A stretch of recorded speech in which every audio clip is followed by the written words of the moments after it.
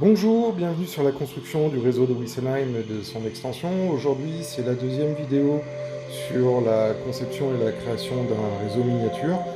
Sur la première vidéo, je vous avais parlé des concepts d'unité afin de pouvoir déterminer la longueur des cantons. Maintenant, je voudrais aborder un autre sujet qui est le sujet un peu principal lorsque l'on crée un réseau, à savoir commencer à avoir un peu une estimation concernant le budget. Alors, il est évident que ce n'est qu'une information qui peut vous donner un ordre de grandeur et en aucun cas une information définitive parce que ça dépend bien évidemment de la configuration du réseau que vous voulez avoir. Mais en gros, il faut considérer qu'on a 4 postes de dépenses quand on fait un réseau miniature.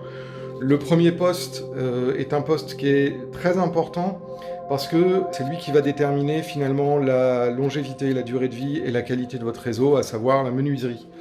Il faut savoir que le budget menuiserie, surtout dans les périodes actuelles, représente quand même une somme significative. Alors, je ne peux pas vous donner véritablement combien ça a coûté sur le réseau de Wissenheim, puisqu'il n'est pas encore terminé. Mais en gros, pour le moment, je dois en être pas loin de 3 à 4 000 euros de menuiserie sur le réseau, indépendamment du fait de l'utilisation des outils et de l'amortissement des différents outils nécessaires pour fabriquer les pièces, notamment ce que vous voyez en ce moment, à savoir les chandelles qui sont fabriquées avec une CNC. Donc la menuiserie est quelque chose d'important parce que c'est ce qui va supporter à la fois, bien évidemment, le réseau, mais aussi le décor. Et donc, par conséquent, il faut utiliser des matériaux de qualité pour pouvoir avoir une bonne tenue dans le temps de votre réseau et ne pas vous retrouver avec des problèmes liés à l'humidité, par exemple. Donc ensuite, après, le deuxième budget, qui lui est un budget assez important, c'est la voie. C'est tout ce qui va entourer la voie. Donc je mets dedans à la fois la sous-couche, que ce soit du d'éperon, que ce soit du liège ou même d'autres matériaux plus élaborés comme il peut y exister maintenant chez certains fabricants comme Woodland Scenic par exemple. Ce budget-là est un budget qui va dépendre bien évidemment de la longueur totale des voies qui seront mises en place sur votre réseau. Alors là, sur le réseau de Wissenheim, une fois qu'il sera fini, on devra avoisiner les 280 mètres de voies, extension comprise.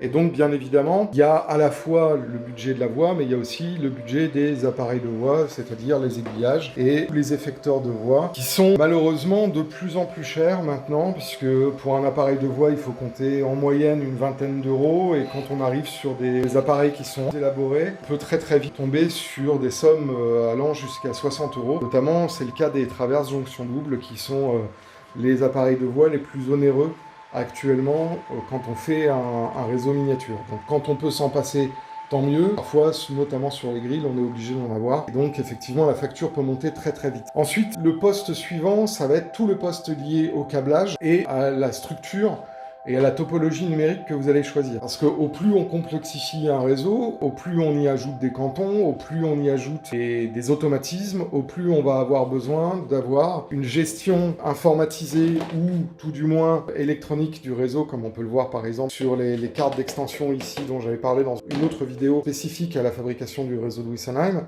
Donc on a effectivement des postes de dépenses en ce qui concerne la gestion numérique, et c'est pareil en analogique, qui peuvent très très vite monter assez fortement. Ensuite, enfin, le dernier poste qui est important et dont on parle pas parce que finalement difficilement quantifiable quand on veut établir un réseau miniature, c'est le poste du décor. Donc là, ici, on voit par exemple des parties qui sont à la fois des parties que moi j'ai faites, des parties qui sont achetées et réinterprétées du commerce. Mais effectivement, la partie du décor, c'est l'un des postes qui va être le plus onéreux avant la facture finale, qui est le matériel roulant. Parce que, effectivement, on doit d'abord s'occuper de l'environnement avant de se préoccuper du matériel roulant qui va y circuler. On arrive très très vite à des factures qui s'alourdissent très très fortement, et donc le poste lié à la fabrication du décor est actuellement sur la construction d'un réseau l'un des postes les plus importants en termes de dépenses.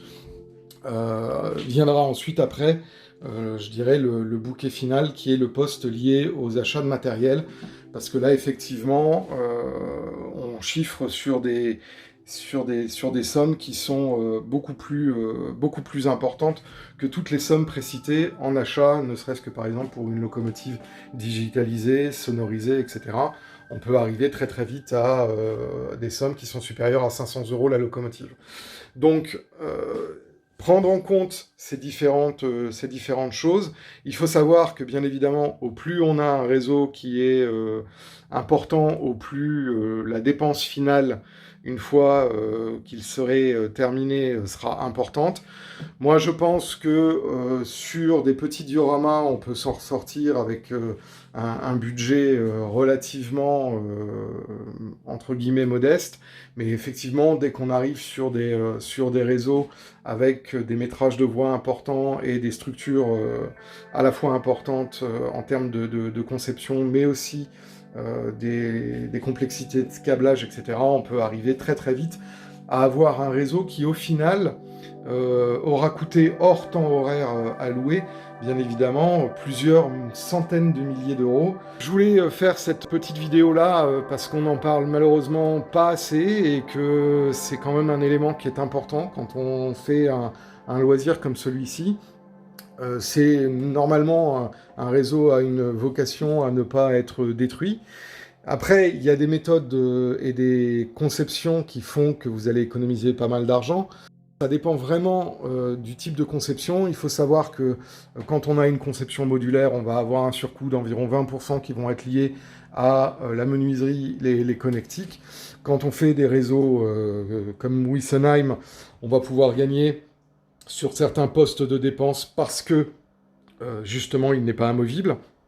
Et ensuite, après, on peut transférer certains des coûts réalisables par de la fabrication maison. Si vous avez aimé cette vidéo, je vous invite à laisser un petit pouce bleu, n'hésitez pas à laisser un commentaire. Si vous avez des questions, n'hésitez pas non plus à vous abonner si ce n'est pas déjà fait, et à cliquer sur la cloche pour être notifié lors des prochaines sorties. Les prochaines vidéos seront certainement des vidéos consacrées au décor et non pas à la construction d'un réseau, parce qu'il y a d'autres thématiques que je voudrais aborder plus tard. D'ici là, je vous souhaite à tous et à toutes une très bonne semaine, et je vous dis à très bientôt